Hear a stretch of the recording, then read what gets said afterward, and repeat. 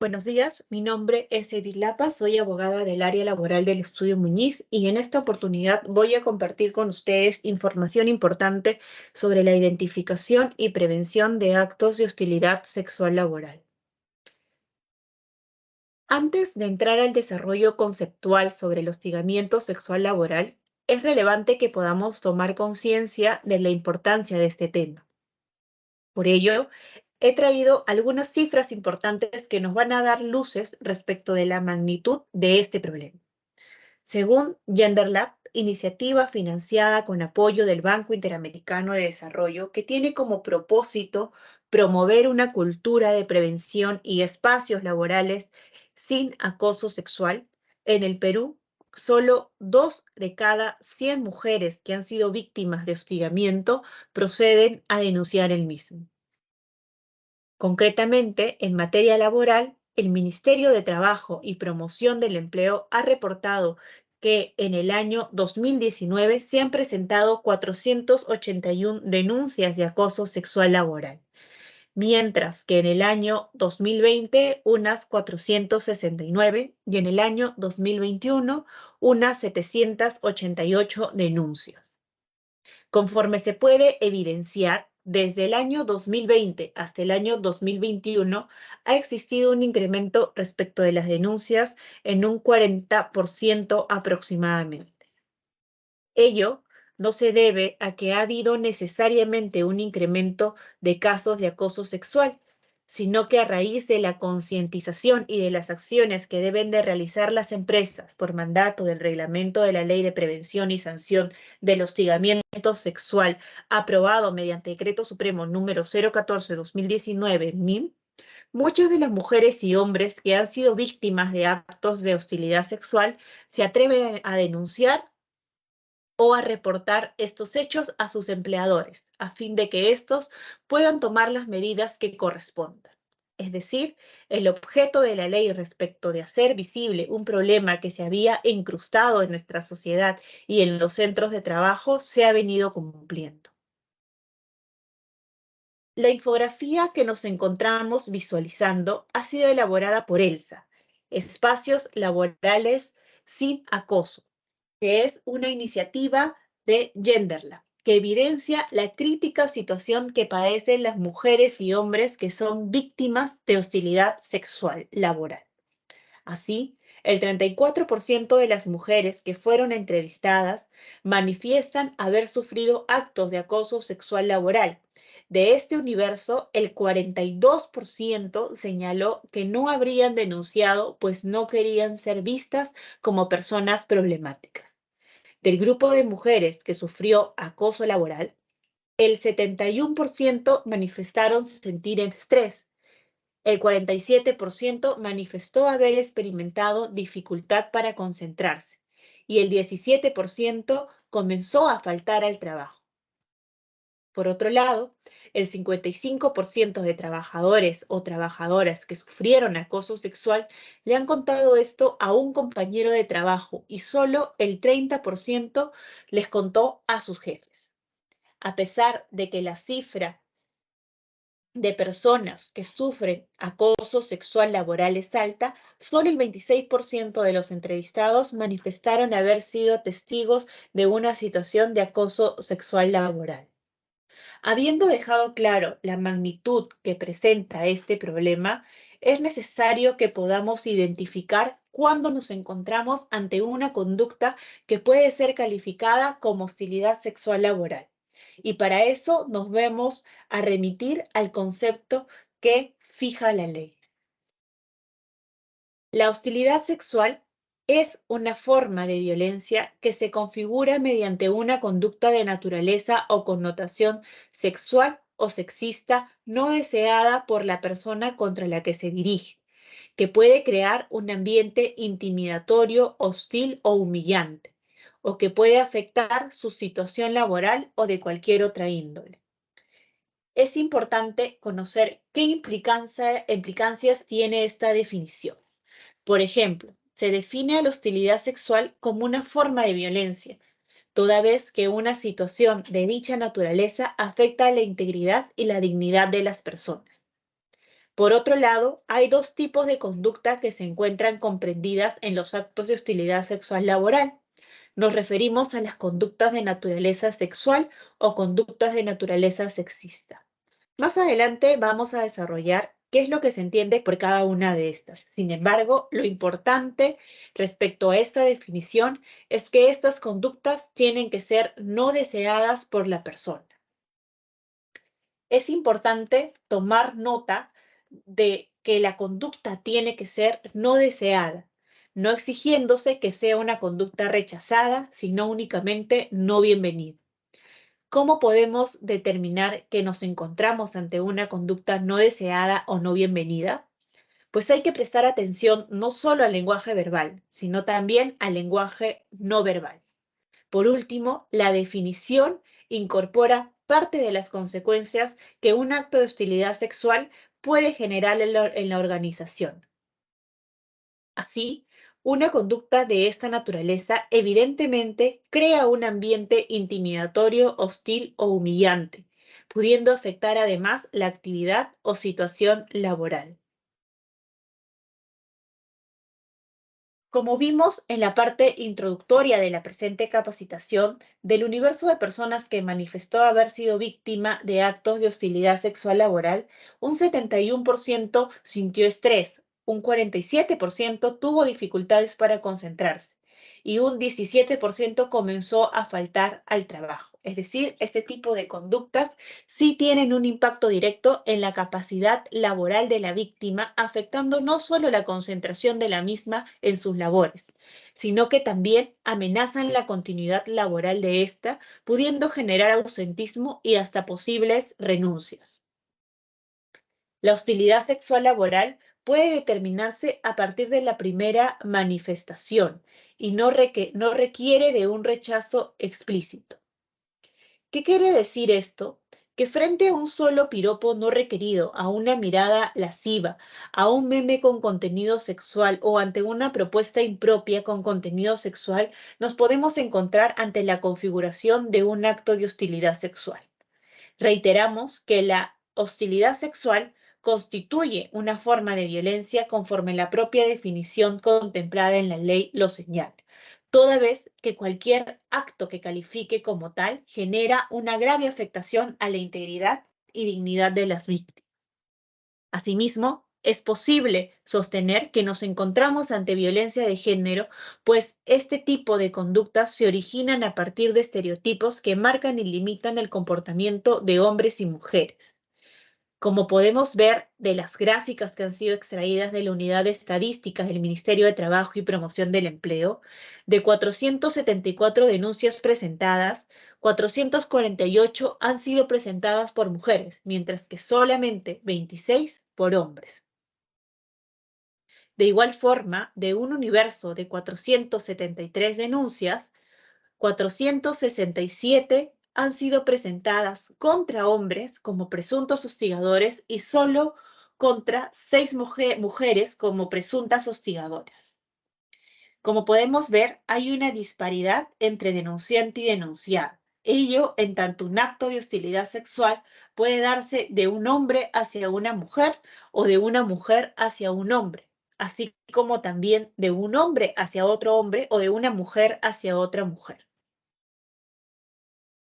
Como precisamos previamente, la hostilidad sexual laboral es entendida como un tipo de violencia contra la mujer. ¿Qué entendemos como violencia contra la mujer? Según la Convención de Belém do Pará, la violencia contra la mujer es toda acción o conducta basada en su género que cause muerte, daño o sufrimiento físico, sexual o psicológico a la mujer, tanto en el ámbito público como en el privado. La violencia de género se refiere principalmente a la violencia contra las mujeres por cuanto las afecta de manera desproporcionada o exclusiva, tal como lo vimos en las cifras que ha compartido el Ministerio de Trabajo y Promoción del Empleo. En nuestra sociedad, las denuncias sobre actos de hostilidad sexual son presentadas mayoritariamente por mujeres, lo que nos da luces de que actualmente en nuestro país la problemática del acoso sexual o de hostilidad sexual constituye violencia de género. Como lo mencionamos inicialmente, la hostilidad sexual laboral se configura a través de conductas de naturaleza sexual o conductas de naturaleza sexista. Las conductas de naturaleza sexual involucran aquellos comportamientos o actos físicos, verbales, gestuales u otros de connotación sexual, tales como comentarios o insinuaciones, observaciones o miradas lascivas, exhibición o exposición de material pornográfico, tocamientos, roces o acercamientos corporales, exigencias o proposiciones sexuales, contacto visual, entre otros. En esta categoría podemos encontrar a piropos no requeridos. Por ejemplo, las bromas o comentarios de contenido sexual, como son los relativos al cuerpo de una persona, su apariencia física, su situación familiar o la manera como se viste. Frases tales como, la que no enseña no vende, o qué bien te queda ese pantalón, resalta tus curvas, sea de un hombre hacia una mujer, de una mujer hacia otra mujer, o de una mujer hacia un hombre, y siempre que sean no deseadas, constituirán actos de hostilidad sexual. ¿De qué hablamos cuando nos referimos a conductas sexistas? Estas se refieren a actos o conductas que promueven o refuerzan estereotipos que suponen de manera errada la subordinación de un género a otro.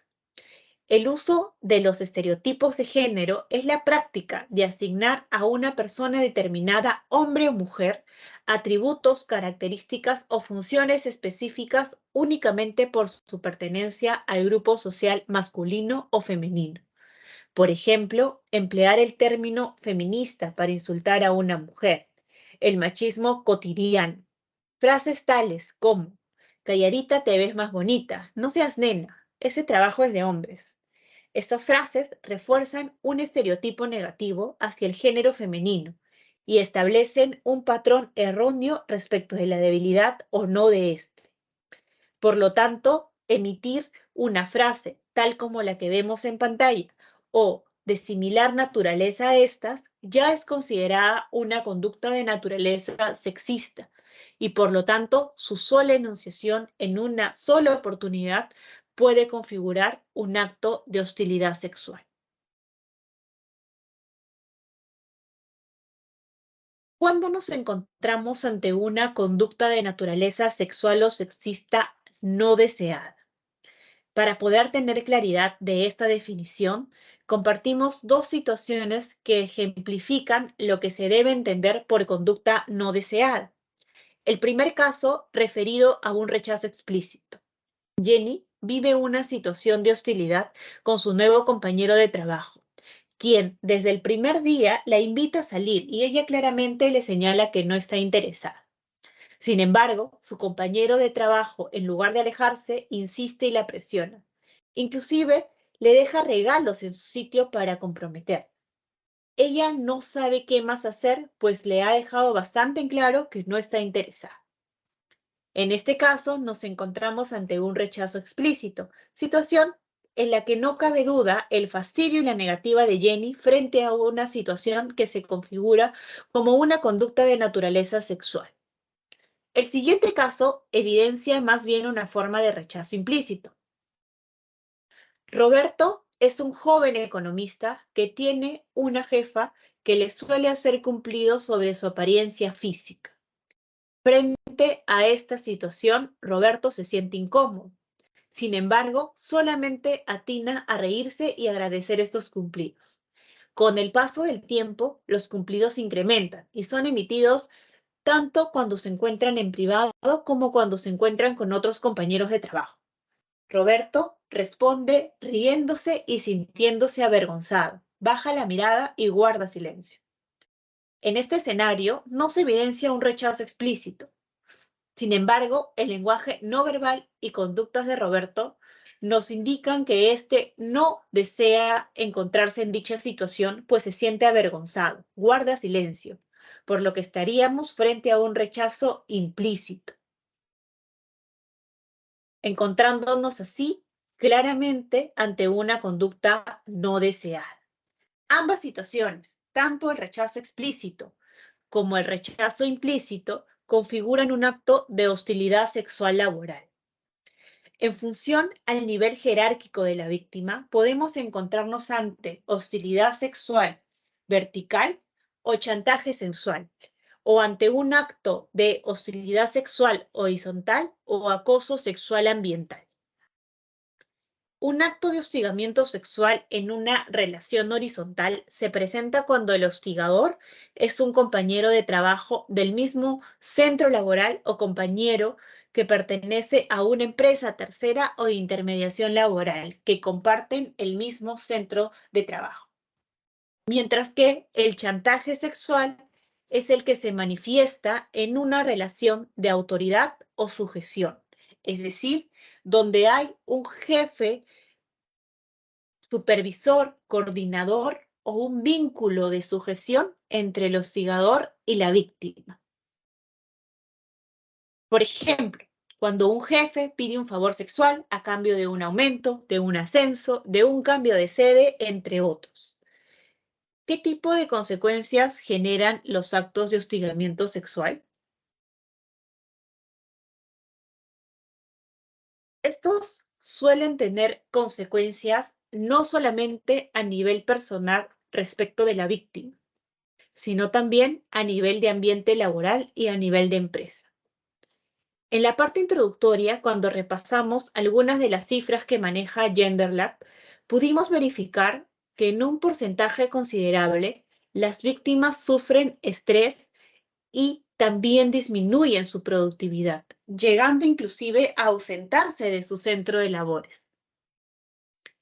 El ausentismo y el incremento de las tardanzas se generan principalmente porque la víctima evita estar en contacto con el hostigador. Si bien esta situación parece solo tener implicancias personales para la víctima, en realidad está afectando también a la empresa, porque una situación así genera que una trabajadora o trabajador no se desarrolle conforme debe hacerlo e inclusive puede llegar a presentarse fuga de talento. De igual forma, el ambiente de trabajo suele convertirse en uno de tipo hostil para la víctima y para las personas alrededor de ella. Evidentemente, los actos de hostilidad sexual laboral perjudican la imagen institucional frente a sus socios estratégicos, a sus competidores e inclusive dentro de la propia organización. Asimismo, a nivel administrativo, las empresas se encuentran expuestas a multas de índole laboral cuando no cumplen con las medidas de prevención y sanción de actos que constituyen hostilidad sexual laboral. A raíz de la pandemia por el COVID-19, así como las medidas que impuso el gobierno, tal como la cuarentena, se aceleró un cambio en la forma de interactuar en todas las empresas, pues se masificó el uso de plataformas digitales o virtuales para la comunicación laboral. Inclusive, muchos de nosotros contamos con grupos de WhatsApp, de Facebook o de cualquier otra plataforma a través de las cuales realizamos coordinaciones de índole laboral. Muchas de las reuniones que se programan en la actualidad se desarrollan a través de plataformas como Meet o Zoom. Ese escenario se ha hecho más visible una nueva modalidad de acoso sexual. Nos referimos al hostigamiento sexual virtual. Al igual que las situaciones de hostigamiento sexual en el centro de trabajo, el hostigamiento sexual laboral virtual también puede ser denunciado y sancionado. ¿Cómo se manifiesta este tipo de hostilidad sexual? Por ejemplo, con mensajes electrónicos, con videos o fotografías con contenido sexual o cualquier contenido multimedia no deseado que se comparte a través de redes sociales o de cualquier mecanismo virtual o digital de comunicación. Una situación que suele ser cada vez más cotidiana es la creación de memes Inclusive, a través de esta herramienta se pueden configurar actos que califican como hostilidad sexual laboral. Así, tanto si se comparte un meme o si se crea uno que tiene contenido de naturaleza sexual o sexista y este se comparte en los chats grupales, podemos encontrarnos ante un caso de hostilidad sexual laboral. Evidentemente, estas situaciones se tienen que enmarcar dentro del contexto laboral para calificar como actos de hostilidad sexual laboral.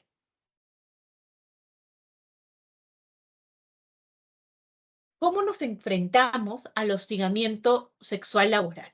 A continuación, vamos a desarrollar las herramientas que tiene la empresa para enfrentar el hostigamiento sexual laboral. Por ejemplo, una persona que considera ha sido víctima de un acto de hostilidad sexual laboral o una persona que tomó conocimiento de un presunto acto de hostilidad sexual laboral en contra de su compañero o compañera de trabajo, pueden proceder a denunciar dichos hechos.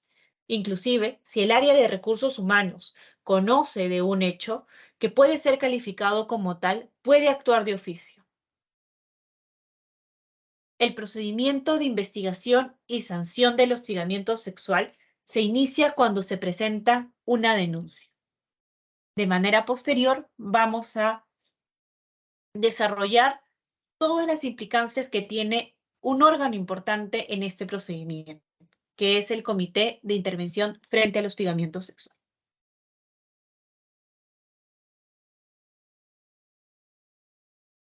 La denuncia puede ser verbal o escrita. Lo ideal es que sea escrita para que se pueda tener evidencia de la descripción de los hechos, así como de los medios probatorios que se presenten. La denuncia debe ser realizada ante la Oficina de Recursos Humanos. Sin embargo, puede ocurrir que un jefe o un compañero de trabajo tome conocimiento de este hecho. En este escenario, la persona frente a la cual se presente la denuncia debe de dar cuenta de manera inmediata a la Oficina de Recursos Humanos para que inicie el procedimiento de investigación y sanción. La Oficina de Recursos Humanos tiene una serie de obligaciones. En primer lugar, debe trasladar la denuncia al Comité de Intervención frente al hostigamiento sexual. Para ello, tiene un día hábil. De igual manera, también tiene un día hábil para brindarle a la víctima los canales de ayuda psicológica. Este hecho se materializa a través del acta de derechos de la persona denunciante. Luego de ello, tiene 3 días hábiles para dictar las medidas de protección para el trabajador denunciante y tiene 6 días hábiles para comunicar la denuncia al Ministerio de Trabajo y Promoción del Empleo. Una vez que la Oficina de Recursos Humanos informa sobre este hecho al Comité de Intervención frente al hostigamiento sexual, el comité tiene un plazo de 15 días calendario para poder investigar. Dentro de este plazo, el comité debe de cursar traslado de la denuncia al denunciado o presunto hostigador, solicitarle sus descargos y medios probatorios. Una vez que el comité tenga los medios probatorios de la parte denunciante como del denunciado, así como la narración de los hechos de ambas partes, va a proceder a actuar y analizar los mismos, pudiendo incorporar inclusive medios probatorios de oficio si lo considera necesario. Cabe mencionar que el informe psicológico que se deriva de la ayuda psicológica que se le brinda a la presunta víctima puede ser incorporado como un medio probatorio adicional siempre que la presunta víctima manifieste su conformidad o autorice el uso del mismo. Con todos estos elementos, el Comité de Intervención frente al hostigamiento sexual tiene 15 días calendario para poder investigar.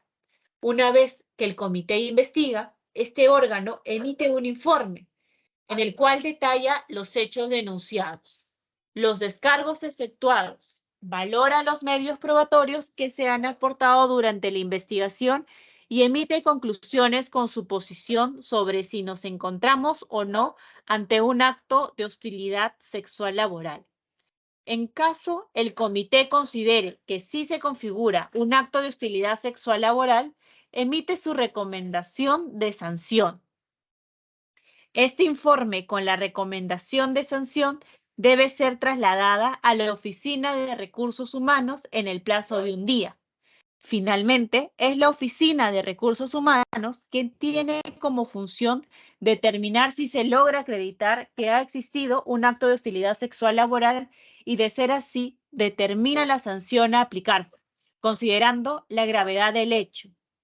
En caso no encuentre pruebas o indicios suficientes que le permitan sostener que se habría configurado un acto de hostilidad sexual laboral, dispone el archivo del procedimiento. Para ello, la Oficina de Recursos Humanos tiene 10 días calendarios.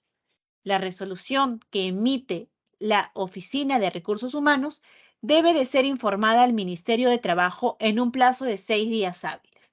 Conforme ustedes han podido notar, en el procedimiento de investigación y sanción participa un órgano de suma importancia. Nos referimos al Comité de Intervención frente al hostigamiento sexual. Este comité se encuentra compuesto por 4 miembros, 2 representantes de los trabajadores y 2 representantes del empleador. Se garantiza en ambos casos la paridad de género, es decir, debe de haber un hombre y una mujer en el caso de los representantes de los trabajadores y de igual manera en el caso de los representantes del empleador. ¿Cuáles son las principales funciones del Comité de Intervención frente al hostigamiento sexual? Investigar los hechos y circunstancias en los que se ha producido la acción quejada o denunciada. 2. Emitir las recomendaciones de sanción para el hostigador. Es importante mencionar que el Comité de Intervención frente al hostigamiento sexual laboral no tiene la capacidad para determinar la sanción a imponerse, sino que únicamente emite una recomendación en base a su investigación, la cual evidentemente debe ser tomada en cuenta por la Oficina de Recursos Humanos al momento de determinar qué sanción corresponde imponer o, si corresponde, archivar el caso. A través del comité se garantiza la participación de los trabajadores en el procedimiento de investigación y sanción de actos de hostilidad sexual laboral. Los miembros del comité deben de recibir una capacitación anual. Asimismo, todas las reuniones del Comité de Intervención frente al hostigamiento sexual deben ser recogidas en un acta. Las votaciones del comité se realizan por mayoría simple y en caso de empate, el voto dirimente le corresponde al representante de la Oficina de Recursos Humanos. El procedimiento de investigación y sanción de actos de hostilidad sexual es desde el inicio hasta su fin confidencial y el comité debe garantizar la confidencialidad de este procedimiento en todo momento, tal como lo debe hacer también la Oficina de Recursos Humanos. El comité tiene como función principal investigar los hechos denunciados y actuar los medios probatorios que hayan aportado cada una de las partes, así como aquellos que hayan sido incorporados de oficio. No se debe de permitir la revictimización de la presunta víctima, por ello, al inicio del procedimiento se le brindan las herramientas o canales de atención psicológica y medidas de protección. Sin embargo, así como la presunta víctima tiene derechos y prerrogativas en este procedimiento, la persona denunciada también tiene derechos que deben de ser garantizados. Uno de ellos se refiere a la presunción de inocencia, hasta que se demuestre lo contrario, así como que se garantice el debido proceso durante la investigación y sanción, por lo que es necesario que al denunciado se le otorgue un plazo para que efectúe sus descargos y para que presente los medios probatorios que éste considere. Una vez presentada la denuncia ante la Oficina de Recursos Humanos, la misma tiene un día hábil para poner a disposición de la presunta víctima los canales de atención física y psicológica para una atención primaria y urgente. Pero además, tiene 3 días hábiles para dictar las medidas de protección que considere necesarias. Llegado a este punto, debemos preguntarnos, ¿a qué nos referimos con las medidas de protección?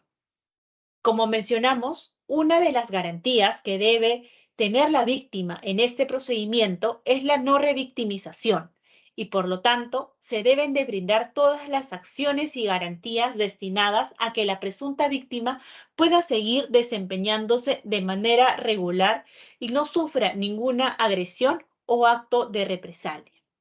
Entre las medidas de protección a aplicar, podemos encontrar las siguientes: la rotación o cambio de lugar del presunto hostigador, la suspensión temporal del presunto hostigador, la rotación de la presunta víctima, pero solo a solicitud de la misma. Si la víctima no lo solicita, no corresponde rotarla de centro de trabajo o de puesto. El impedimento al presunto hostigador de acercarse al quejoso o a su entorno familiar, este deberá efectuarse con apoyo de la constatación policial respectiva, así como cualquier otra medida que busque proteger y asegurar el bienestar de la presunta víctima. Una de las etapas más complicadas del procedimiento de investigación o sanción de una denuncia es la etapa probatoria, porque muchas de estas situaciones suelen darse de forma tal que no se deje evidencia. ¿Cuáles son los medios probatorios que ayudan o que van a ayudar al comité a determinar si existen o no un acto de hostilidad y la gravedad del mismo? Cualquier tipo de documento público, privado, declaración de testigo, tanto aquellos que hayan presenciado los actos de hostilidad sexual laboral como aquellos que tomaron conocimiento del mismo por parte de la víctima de forma posterior, grabaciones, correos electrónicos o mensajes de texto. En este caso, suelen ingresar tanto los WhatsApps, mensajes de Telegram, Facebook o cualquier otro mecanismo virtual o electrónico de comunicación. Pericias psicológicas, forenses o grafotécnicas y cualquier otro medio idóneo. Por ejemplo, el informe psicológico que se emite al inicio del procedimiento cuando la presunta víctima concurre a la atención psicológica que se pone a su disposición. En caso de presentar testigos, la presunta víctima puede solicitar que se le otorguen las medidas de protección personales y laborales, a fin de evitar represalias hasta el fin del procedimiento.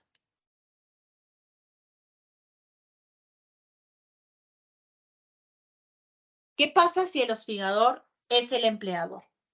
¿Qué entiende la ley por empleador para este caso? Para este caso, la ley agrupa al empleador o entiende por empleador al personal de dirección, el personal de confianza, el titular, el asociado, el director o el accionista. En estos casos, la víctima puede optar entre accionar judicialmente solicitando el cese del acto de hostilidad o darse por despedido y solicitar el pago de la indemnización por despido arbitrario.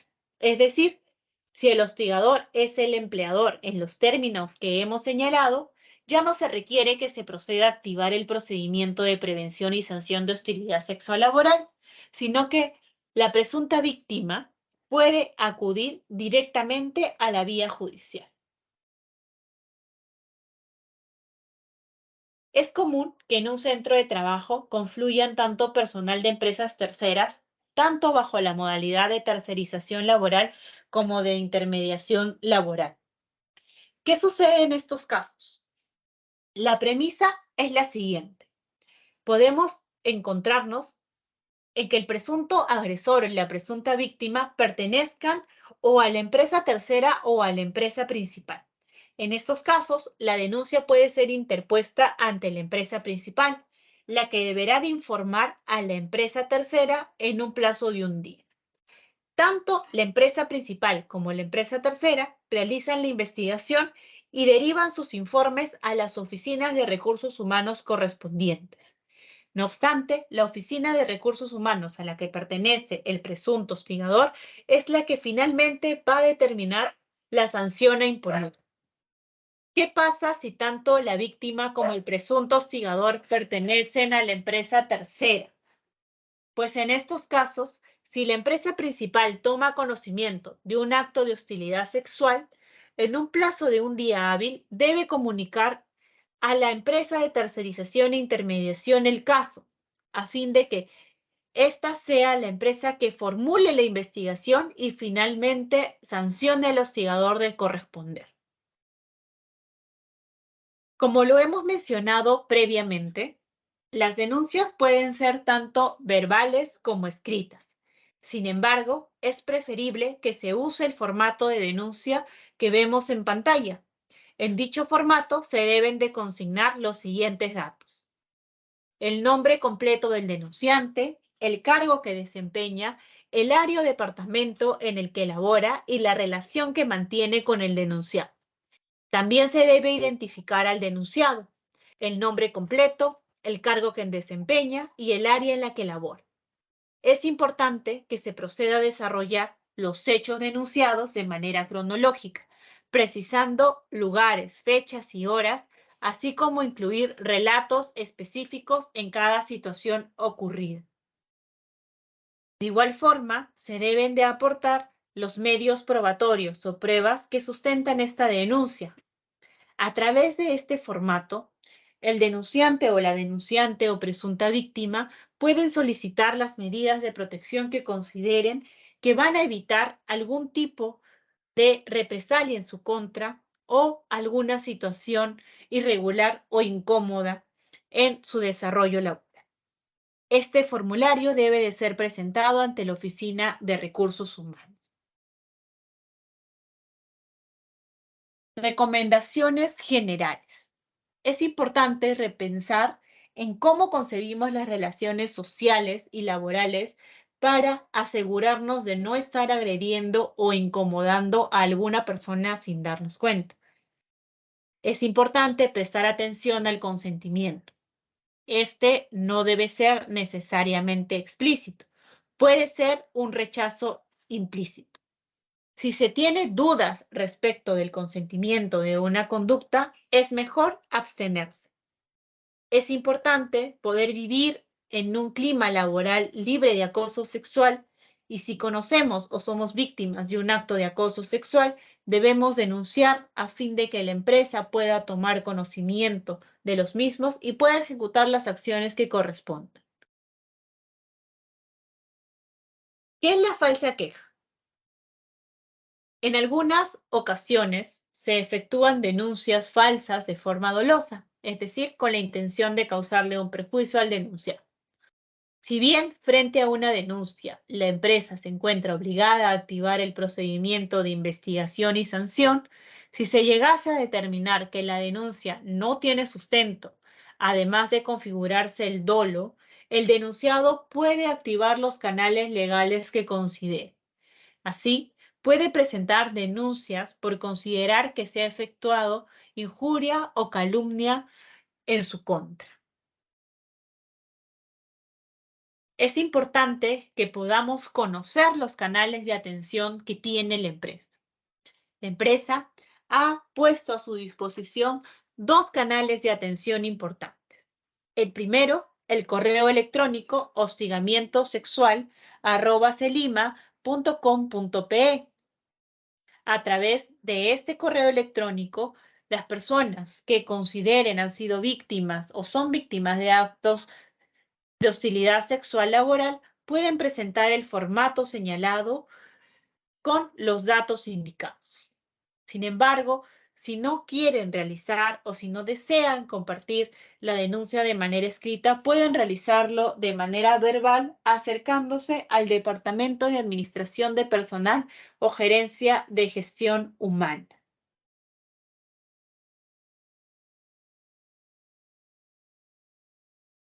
Nos encontramos en la última parte de la presentación, en la cual hemos incorporado algunas preguntas frecuentes. ¿Qué pasa si el acoso no tiene características sexuales, pero aún así está dirigido a mí porque soy mujer? Como lo mencionamos inicialmente, los actos de hostilidad sexual no solamente se configuran por actos o conductas de naturaleza sexual, sino también de naturaleza sexista. Y cuando hablamos de conductas de naturaleza sexista, nos encontramos frente a situaciones que refuerzan estereotipos negativos, Entonces, si estamos frente a una situación o alguna frase o algún contexto, puede ser encuadrado, encajado dentro de esta definición, sí podemos entender que nos encontramos ante un acto de acoso sexual y podemos proceder a denunciarlo a través de los canales de atención que hemos señalado. Si soy hombre, ¿también puedo sufrir de acoso sexual laboral? Por supuesto. Tanto hombres como mujeres se encuentran expuestos a sufrir actos de acoso sexual. Sin embargo, como las cifras lo demuestran, en su mayoría los actos de acoso sexual suelen ser dirigidos hacia mujeres. No obstante, también es importante realizar una concientización, pues tanto mujeres como hombres y las personas que pertenecen a la comunidad LGTBIQ pueden ser víctimas de acoso sexual.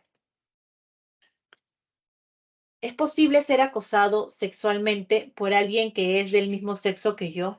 Sí, los hombres pueden ser acosados sexualmente por otros hombres y las mujeres pueden ser acosadas sexualmente por otra mujer. Así, lo relevante en sí es si nos encontramos ante una conducta de naturaleza sexual o sexista no deseada. ¿Es posible ser acosado por alguien que no sea mi supervisor? Por supuesto. El acoso sexual ambiental implica que éste se manifiesta a través de compañeros de trabajo, entre los cuales no existe ningún vínculo de subordinación o sujeción. Si sé que mi compañero de trabajo está siendo acosado o acosada, ¿qué puedo hacer? Puedes denunciar estos hechos a través de los canales de atención que hemos mencionado. Es importante también que puedas hablar con tu compañero de trabajo para poder explicarle y concientizarlo o concientizarla de la importancia de esta denuncia a fin de evitar que actos similares sucedan a futuro y de que la conducta que ha sido ejercida contra esta persona pueda ser debidamente sancionada. ¿Qué sucede si no tengo pruebas del acoso sexual que vengo sufriendo? No es necesario que se presenten pruebas documentales sobre los actos de acoso sexual. Acuérdense que las pruebas pueden ser también correos electrónicos, WhatsApps o testigos. Muchas veces nos encontramos ante situaciones en las cuales es muy difícil acreditar un acto de hostilidad sexual laboral a través de fotografías o de correos electrónicos o de documentos escritos porque no existen como tal.